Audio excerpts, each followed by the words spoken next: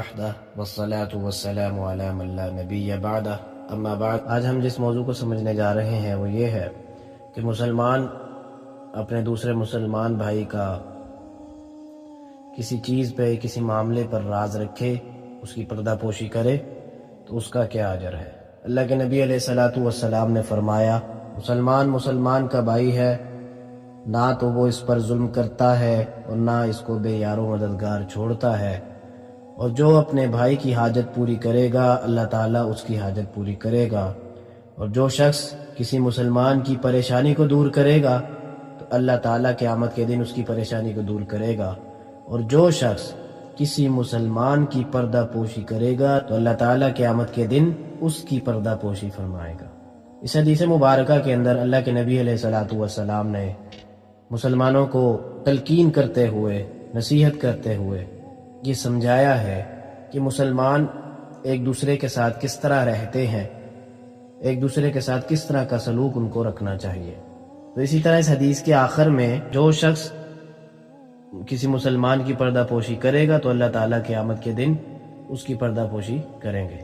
اگر کوئی ایک مسلمان کسی دوسرے مسلمان کو کوئی غلطی کرتے ہوئے دیکھ لے، کوئی گناہ کرتے ہوئے دیکھ لے یا کوئی غلط معاملہ کرتے ہوئے دیکھ لے تو وہ مسلمان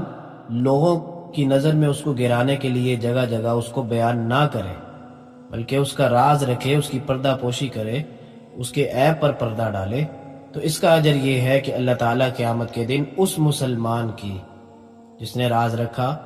تو اللہ تعالیٰ اس کے گناہوں پہ، اس کے معاملات پہ اللہ تعالیٰ قیامت کے دن پردہ پوشی کریں گے۔ ہاں، اس کے برعکس جو شخص علی اعلان اللہ تعالیٰ کے احکام کو توڑتا ہے، یعنی اسلام نے جن چیزوں کو حرام قرار دیا ہے وہ علی اعلان ان کاموں کو کرتا ہے، یعنی اجتماعی طور پہ کرتا ہے اور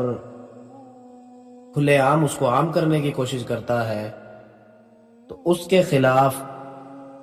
اس کی پردہ پوشی کی بجائے، اس کا راز رکھنے کی بجائے اس کے راز کو ظاہر کرنے کا اسلام نے اور نبی اکرم صلی اللہ علیہ وسلم نے حکم دیا ہے۔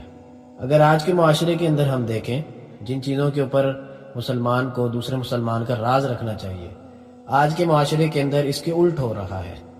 کہ جن چیزوں کا راز رکھنا چاہیے وہ تو ہم بتا کر ایک مسلمان کی دوسرے مسلمان سے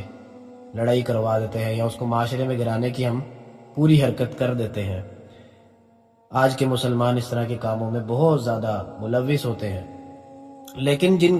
گناہوں کا علی اعلان جو بندہ دعویٰ کرتا ہے اور جن گناہوں کے بارے میں راز رکھنے سے منع کیا گیا ہے کہ اس بندے کو معاشرے کے اندر ظاہر کرنا چاہیے کہ وہ اس طرح کے گناہوں میں ملوث ہے کہ جس سے معاشرہ بھی تباہ ہو سکتا ہے، آج کے دور کے اندر اس طرح کے گناہوں کے اوپر راز رکھا جاتا ہے۔ یہی وجہ ہے آج کے معاشرے کے اندر مسلمان کمزور ہوتے جا رہے ہیں، ان کا ایمان کمزور ہوتا جا رہا ہے، جس کی وجہ یہی ہے کہ دین سے دوری ہے اور نبی اکرم صلی اللہ علیہ وسلم کی تعلیمات کو نظر انداز آج کا مسلمان کرتا ہے۔ تو اللہ تعالیٰ سے دعا ہے کہ ہمیں اس حدیث کو سمجھنے کی توفیق عطا فرمائے، اپنے مسلمان بھائیوں کی پردہ پوشی کرنے کی، جن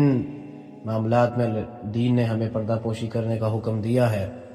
ان میں پردہ پوشی کرنے کی توفیق عطا فرمائے۔ آمین۔ وما علینا الا البلاغ المبین۔